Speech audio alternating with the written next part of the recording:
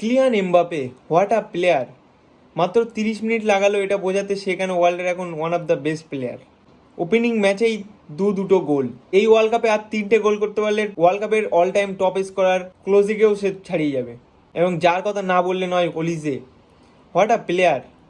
First হাফে আমার মনে হচ্ছিল মানে পুরো মাঠটাই অলিজেই খেলছে, মানে মনে হচ্ছিল না যে উইঙ্গারে খেলছে কিংবা সেন্টার মিডে খেলছে, মনে হচ্ছে যেন ডিফেন্সেও খেলছে, সেন্টার মিডেও খেলছে, উইঙ্গারেও খেলছে। আর এমবাপের প্রথম গোলের যে পাসটা, অসাধারণ পাস, এক পাসে সেনেগালের পুরো ডিফেন্সকে ভেঙে দিয়েছে। সেনেগাল ফার্স্ট হাফে খেলাটা ধরে নিয়েছিল, অনেকটা চান্স ক্রিয়েট করে, একটা বারে মারে। ফার্স্ট হাফে একদম শেষে একটা ফাঁকা গোল মিস করে। সেকেন্ড হাফে ফ্রান্স খেলাটা পুরো ধরে নেয়, কারণ তারা ফার্স্ট হাফে নিজেদের মধ্যে প্রচুর পরিমাণে পাস খেলে ফেলছিল এবং ফাইনাল থার্ডে যখন বল যাচ্ছিল তখন সেখানে বল ধরার মতো কেউ ছিল না। তো ফ্রান্সের টিম তো ভয়ঙ্কর, দেখেই বোঝা গেল। সেকেন্ড হাফে যে খেলাটা দেখালো, এই খেলাটা যদি তারা ওয়ার্ল্ড কাপের পুরো টুর্নামেন্টটা ধরে রাখতে পারে, তাদেরকে কেউ আটকাতে পারবে না। তো এদিকে যখন এক ভাই গোল করছে, তো আরেক ভাই কেন থেমে থাকবে? আর্লিং হালান্ড, তারও ওয়ার্ল্ড কাপের ডেবিউ ম্যাচে দুটো গোল।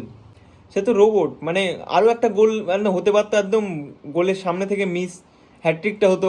নরওয়ে ইরাকের বিরুদ্ধে জিতেছে একটা 4-0 ব্যবধানের বড় জয়ে। এখন গ্রুপ অফ ডেথ তো গ্রুপ অফ ডাল ভাত হয়ে গেছে। সেনেগাল ফার্স্ট ম্যাচে 3টে গোল খেলো এবং ইরাকও ফার্স্ট ম্যাচে 4টে গোল খেলো। এখানে কি নাম্বার 3 পজিশনের জন্য লড়াই হতে পারে? তোমাদের কি মনে হয়?